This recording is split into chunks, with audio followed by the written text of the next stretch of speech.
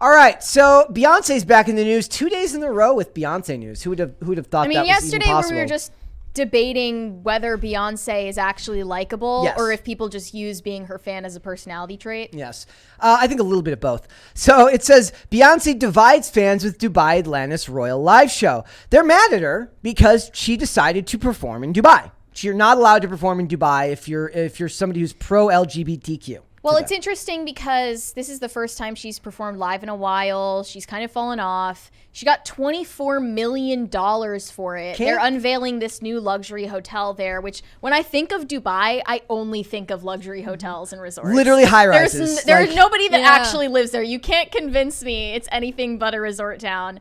So she got $24 million for this.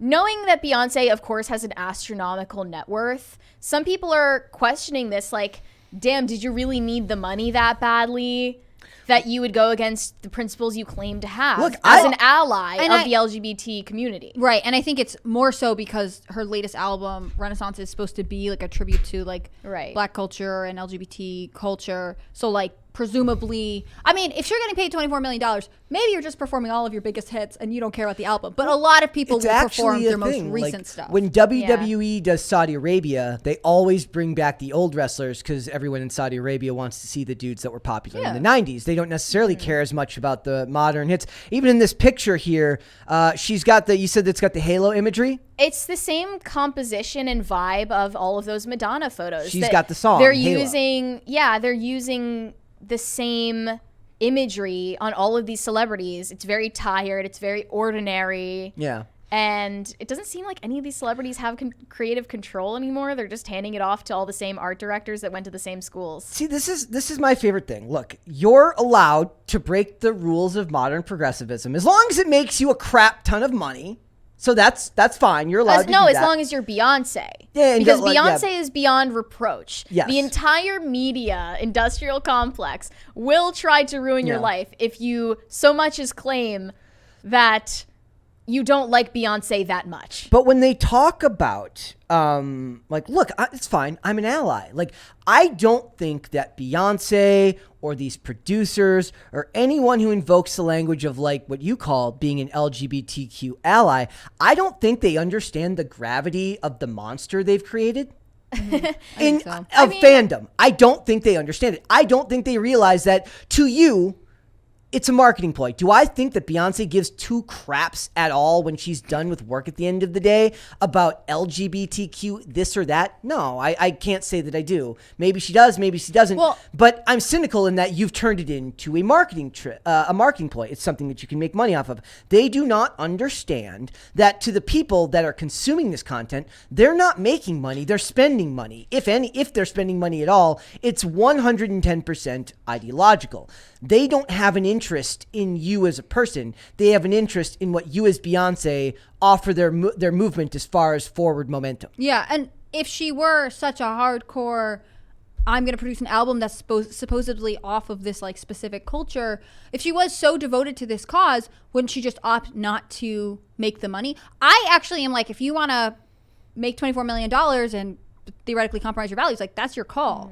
But she didn't need the money, right? She's not in like dire straits. That's the annoying part. And like, let's remember, so when Hungary was supposed to host the Soccer World Cup a couple years ago, people were like, boycott Hungary. They won't let like LGBTQ advertisements. They won't let the pride flag there. Like, no one should be going there. No company should be working with this country. Yeah. Meanwhile, when Beyonce does it, the first thing is, well, you shouldn't have made the money, but she shouldn't have booked the gig at all, theoretically, if these were her values. Yeah. And if you don't care about compromising your values, the money is more important to you. But they pretend to have values constantly. If anything, I mentioned a quote. I want to be cynical here and predict that like this will be like, how dare she? And then it'll blow over. Nothing's going to happen to Beyonce. No, nothing will happen. She doesn't respond to anything anyway, which is probably the smart move. It's a fair move. The other part is like, it's not like she has groveled and been like, oh, well, I'll donate half of my multi-million dollars to Well, that's even worse. That's even more annoying when they're like, look, we'll let it slide as long as you donate all of the proceeds to a charity of our choice. Well, there's a totem pole to this, right?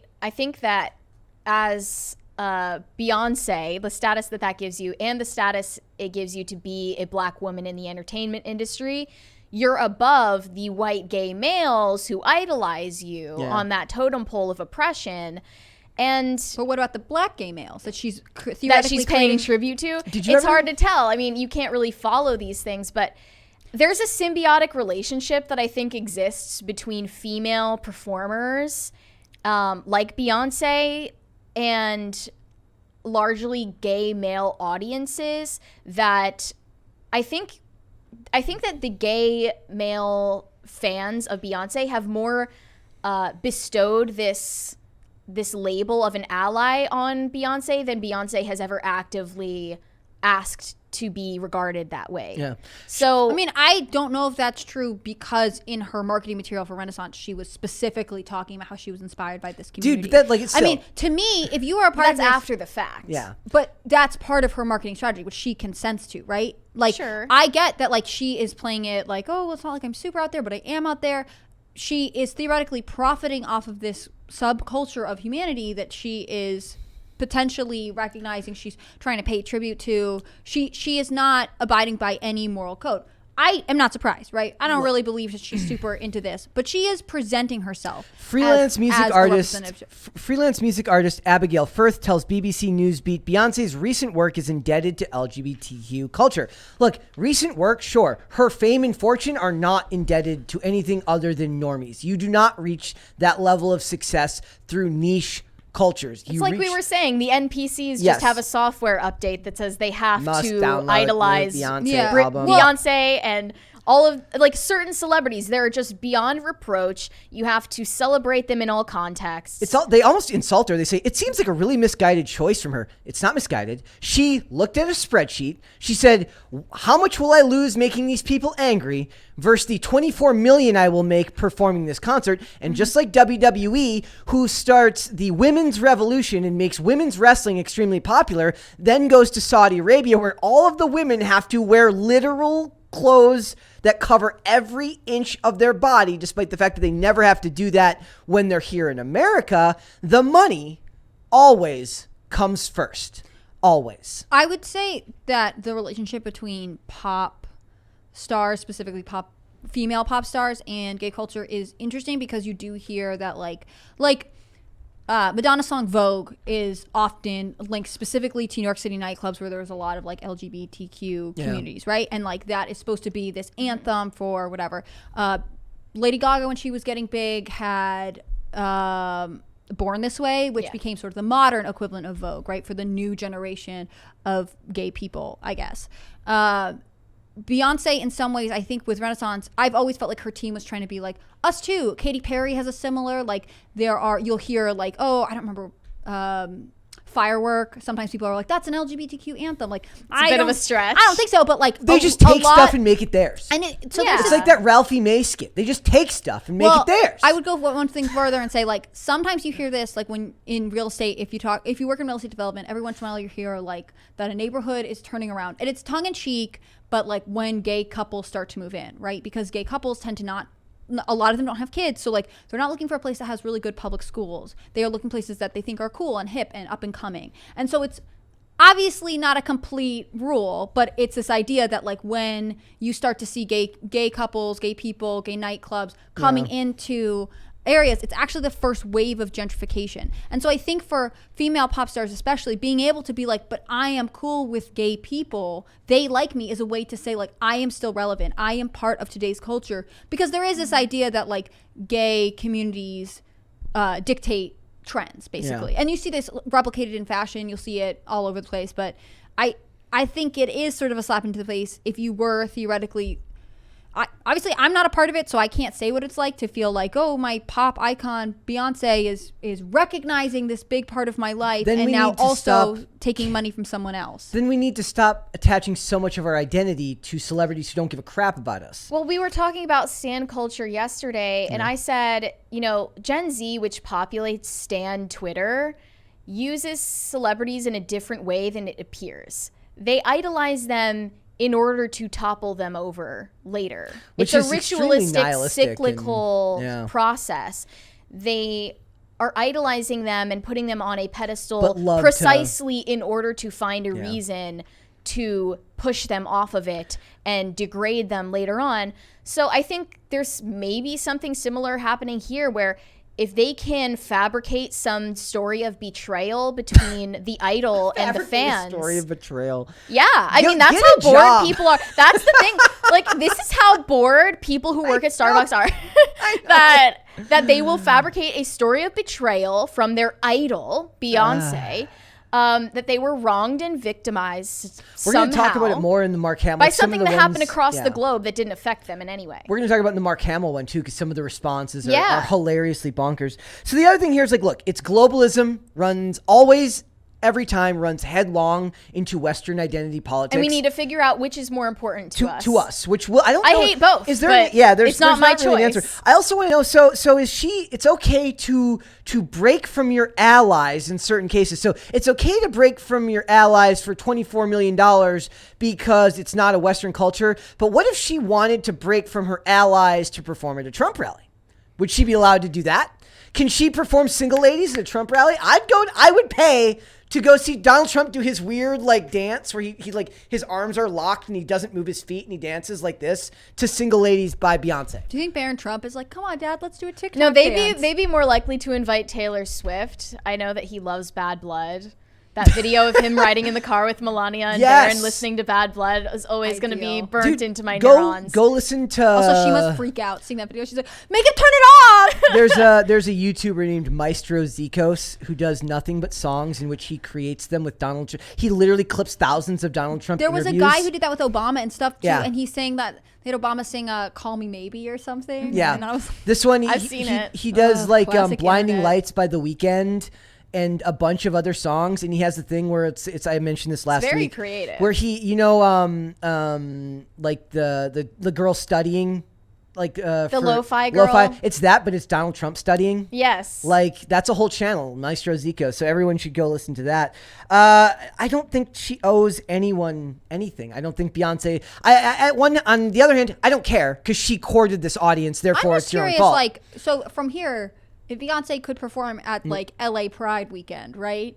Mm-hmm. Yeah. Does LA invite her? Yeah. Or do they not? Like, what they do is they memory hole anything she did that is against their value system so that they can justify once again courting her. Or does New York then say, how could LA Pride invite that bigot Beyonce? We would never have such a brother person. wars. You know what begin. I mean? Like, it's just another thing that could be nothing, and it could just show another fracture in this already weak battle over ideology and what you are and what you are allowed to do and what you're not allowed to do. Here's more of celebrities just lying because they can lie. Beyonce's Dubai concert. Dad says she united people despite backlash. So Dad says she united people. Well, Beyonce's concert in Dubai stirred outrage from some fans due to the country's anti-LGBTQ plus laws. Her pops looks at it differently, and then it says she united a really diverse crowd with her incredible performance. No, they weren't diverse. She's texting her dad right now, being like, "Dad, shut up! You're making everything worse." By your rules, they're not diverse. They don't hold your beliefs. Therefore, they're not diverse. They're not inclusive. They're not all those things you complain about. He only means racially diverse. They just lie. They don't care about any form. It's like I'm more upset by the gall of like, look, I made that joke about Brittany Griner yesterday, and still was willing to be like, look, I was wrong. Like they made an Amy Coney Barrett comic, fine, but they just lie. They don't care because they know most people don't care anyways. I hate it. And she could have set that multi-million-dollar new resort on fire, and her dad would have been like, "Wow, Beyonce did a really cool thing there. You don't understand it." His daughter's always stood for inclusiveness and believes everyone was there there for love. No, they weren't. Because in that country, they do not believe in the same type of inclusion that you believe in. So you're lying. How can you speak for them? That's the thing about globalism that gets me is it's still just a reiteration of Western imperialism, which they claim to hate. Yeah. It's just in a different rainbow filter. The only reason I know about this resort opening is because some fashion influencer I know is invited to it, right? So like, I don't think she's there for love. I think she's there for the Instagram clicks. Like, we don't know anything about the people that are there. I think they're there to seem fancy and have a good time.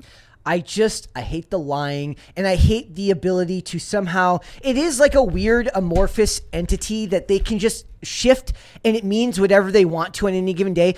For all intents and purposes, what her dad is saying here is anti everything they actually stand for. But because he said it, It is now true because truth doesn't matter. Also, would they have printed him if he was like, yeah, I think Beyonce made a mistake. I think that was a bad thing to do. That would be They'd funnier. Like, shh, go that away. would have been It's funnier. the same thing as the introduction to the World Cup in Qatar. Yeah. It's paying lip service to inclusion and Western values of tolerance and acceptance, but the reality is far more ugly and boring. Yeah. And it's the lying. It's the fact that you can bully everyone with your narrative when your narrative isn't concrete in any way, shape, or form. It just gets to become whatever the hell you want it to be at any given time. It's a cudgel and it's a weapon, and I hate it. I think the white pill is that they're never going to conquer the world if they can't agree on things like this.